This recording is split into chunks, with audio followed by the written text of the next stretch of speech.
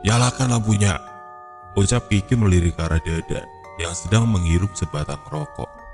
Wah, punya bapak jahil banget, jawab Dadan ketus karena masih kesal. Pekerjaan pemasangan listrik pun selesai tepat jam 10 malam dan Dadan meminta antarkan pulang ke rumah kepada Didik. Saat berada di luar rumah, jelas sekali sosok bersayap sedang terbang menunggu di luar rumah. Wujud ular tapi bersayap dan kakinya seperti manusia. Saya sudah capek, mau pulang, ucap Dadan. Saya menampakkan wujudnya untuk beritahu kalau saya dan semua penghuni rumah akan pindah dari rumah ini, ucap makhluk menyerupai ular. Tapi akan ada resiko yang kalian terima jika tetap ingin tinggal di sini, ucapnya lagi sebelum terbang dan menghilang di tengah kegelapan malam. Kiki, Didik, dan Dadan tidak terpengaruh akan ucapan makhluk tersebut, seakan bodoh amat akan ancamannya. Dadan pun pulang dan rumah kosong tersebut dihuni oleh ayahnya Dadan. Tidak ada lagi gangguan oleh makhluk astral setelah rumah itu dihuni oleh Kiki. Tapi gangguan yang diterima adalah kepada siapa saja yang hendak bersilaturahmi ke rumah kosong tersebut yang berniat bertemu dengan Kiki. Seminggu kemudian setelah rumah kosong itu ditempati Kiki. Assalamualaikum, ucap Pak Iman di telepon. Waalaikumsalam. Sekarang tinggal di mana? Udah seminggu saya ke rumah yang di Jabal Agung, kamu tidak ada di sana, tanya Iman membuka pintu. Lah kan saya tinggal di rumah kamu, Man. Rumahnya sudah bisa ditempatin sekarang.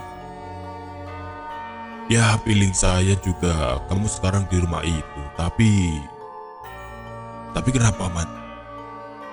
Sudah 1 minggu saya berusaha ke rumah itu, tapi selalu ada aja gangguannya. Yang pertama, mobil nggak kuat nanjak di tanjakan pas kebun bambu sebelum masuk perkampungannya.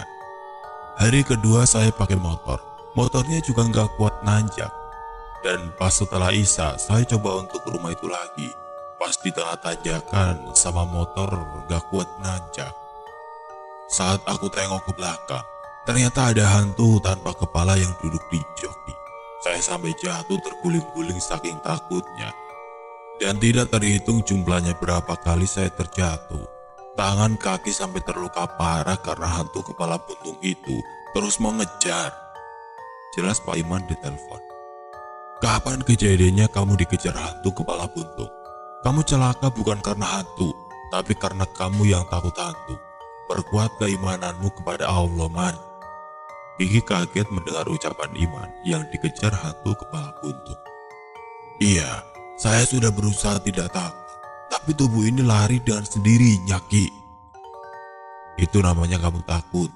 Gimana sekarang lukanya? Udah sembuh belum? Udah mendingan. Pengennya sekarang main ke sana. Tapi takut motornya tidak kuat nanjak lagi.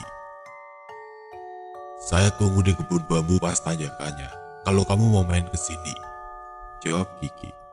Ya sudah, sekarang saya berangkat. Assalamualaikum. Waalaikumsalam.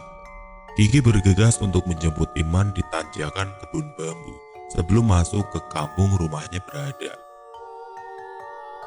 Punten, permisi, numpang lewat. Hal yang biasa diucapkan saat hendak melewati jalan, karena di warung banyak orang yang sedang ngopi dan belanja. Mangga, Pak. Mau kemana? Jawab dan tanya salah satu warga yang sedang ngopi. Mau jemput teman di tanjakan sebelah sana. Katanya tiap mau bersilaturahmi ke rumah, kendaraannya tidak kuat nanjak. Kebetulan sekali, Bah. Kami sedang ngobrolin masalah ini. Tanjakan pas kebun bambu. Kalau sudah senja, jadi banyak hantunya. Hantu gimana maksudnya? Ucap Kiki yang ikut duduk sejenak di warung. Tertarik akan obrolan warga. Sudah seminggu ini banyak warga yang diganggu oleh hantu. Tepat pas tanjakan kebun bambu tersebut, Bah. Saya yang habis pulang kerja sekitar jam 7 malam. Motor tiba-tiba mati pas tanjakan itu. Sudah beberapa kali dicoba untuk dinyalakan, tapi gak mau menyala itu motor.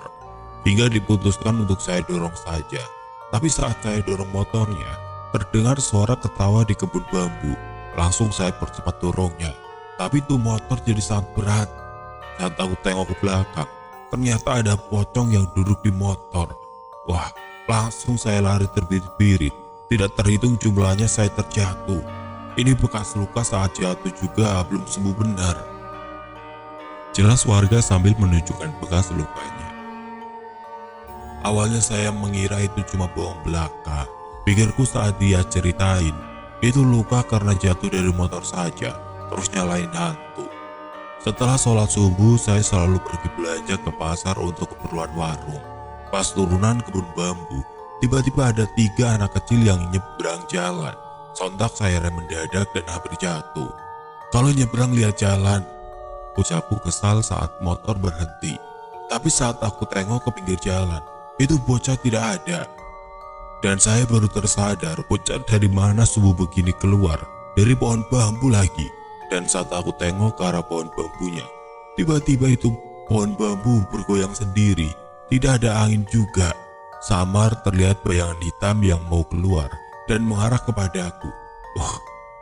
Kutinggalkan itu motor terus lari menggunakan langkah 1000.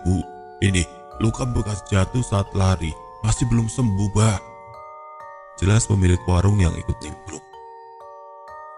Kenapa harus lari? Kan jadinya celaka oleh diri sendiri. Ada gesekan waktu di mana setan menampakkan diri, paling hanya untuk sesaat, dan itu pun hanya untuk menakuti saja. Ucap Kiki sambil menyalakan sebatang rokok. Ya namanya juga takut, bah. Ucap pemilik warung. Hati-hati, bah, sekarang di tanjakan kebun bambu jadi banyak hantunya. Salah satu warga mengingatkan. Abah juga mau jemput ke sana karena teman Abah yang mau bersilaturahmi digangguin hantu berkepala buntung. Tuh kan, bah, lebih baik jangan jemput, ntar celaka. Mending kita pindahin saja hantunya biar tidak ada warga yang digangguin lagi. Insya Allah hantunya bisa dipindahin. Ya kalau ngeyel hantunya, atas izin Allah ku makan itu hantu. Berani gangguin manusia dan membuat kalian celaka, ucap Kiki. Bener, bah, mending pindahin kalau Abah bisa. Sontak semua warga yang di warung setuju. Abah tidak bisa apa-apa, tapi tidak ada yang mustahil jika Allah mengabulkan permohonan makhluk ciptaannya. Ayo, bah, saya ikut mengantar buat jemput teman Abah. Barangkali Abah perlu bantuan. Lebih dari 10 orang jumlahnya dan ikut mengantar menjemput teman Kiki di tanjakan kebun bambu tersebut. Dan berangkatlah Kiki bersama dengan beberapa orang tersebut. Tidak memerlukan waktu lama untuk sampai ke kebun bambu pinggir jalan tersebut.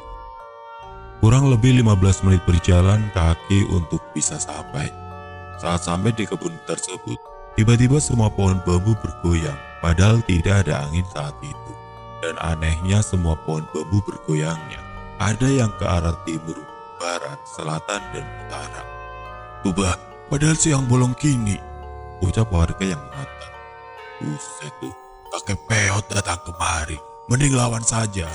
Mau menang, mau kalah juga. Suara gemuruh di dalam kebun bambu. Kalian mundur, Abah mau berdoa meminta bantuan dan perlindungan kepada Tuhan. Semoga Allah mengabulkan doanya. Ucap Kiki lalu bersila di pinggir kebun. Perang, kita perang lawan tuh kakek peot. Suara perintah tanpa wujud entah pada siapa. Kiki bersila dan membaca doa. Lantunan ayat suci Al-Quran keluar dari bibirnya terus menerus. Dan setelah selesai membaca doa, Kiki berucap. Di air kembali ke air, di api kembali ke api, di angin kembali ke angin, di tanah kembali ke tanah. Pergi selamat, tidak pergi kalian akan mati. Saya makan atas izin Tuhan. Sekali lagi saya mendengar warga diganggu oleh kalian, tanggung sendiri akibatnya. Tiba-tiba satu persatu pohon bambunya tumbang dengan sendirinya. Terdengar sangat riuh teriakan minta ampun, tapi tidak ada satupun wujudnya. Mungkin Kiki bisa melihat, tapi warga hanya bisa mendengarnya saja. Ampun, ampun, saya akan pergi dan tidak akan mengganggu lagi. Panas, panas, tubuhku terbakar. Setelah beberapa saat, teriakan kesakitan oleh makhluk tanpa wujud tidak terdengar lagi, dan hampir semua pohon bambunya tumbang. Warga hanya terdiam dan sangat kaget melihat kejadian tersebut. Bahkan ada beberapa warga yang lari, mungkin karena takut akan hal yang sedang terjadi. Insya Allah, kebun ini tidak akan ada lagi hantu yang menampakkan diri untuk menakuti warga. Jikapun ada yang menampakkan diri untuk menakuti, jangan takut. Lebih takutlah pada Tuhan, ucap Kiki setelah bangun dari duduk silanya. Alhamdulillah kalau gitu Mabah, ucap warga sambil menghampiri Kiki. Assalamualaikum, ucap Iman sambil menghentikan sepeda motornya. Waalaikumsalam. Sontak semua warga menjawab salam dari Iman. Jemput sayanya sampai banyak orang, ucap Iman setelah bersalaman. Tadi Abah habis ngusir hantu yang suka gangguin warga. Tuh, pohon bambunya pada tumbang. Ah, warga juga banyak digangguin. Kirain saya saja yang kena teror sama hantu di sini. Iman dan warga pun menceritakan kembali tentang kejadian teror yang diterima oleh hantu yang berada di kebun bambu pas tanjakan. Sudah, sekarang kita pulang, sebentar lagi adzan zuhur. Insya Allah tidak ada lagi teror, mau siang ataupun malam juga, ucap Kiki sambil mengajak Iman dan warga untuk pulang kembali. Kurang lebih 1 tahun rumah itu ditempati Kiki, hingga akhirnya Kiki kembali pulang ke rumahnya sendiri. Untuk sekarang entah dijual atau ditempati oleh Pak Iman rumahnya, mungkin juga dikosongkan, saya kurang tahu. Tapi jika ada waktu senggang akan saya videokan tanjakan sama rumahnya. Dan 3 tahun kemudian kakekku menghembuskan nafas terakhirnya karena usia yang sudah tua. Semoga amal kebaikannya semasa di dunia diterima oleh Allah dan ditempatkan di tempat yang terindah.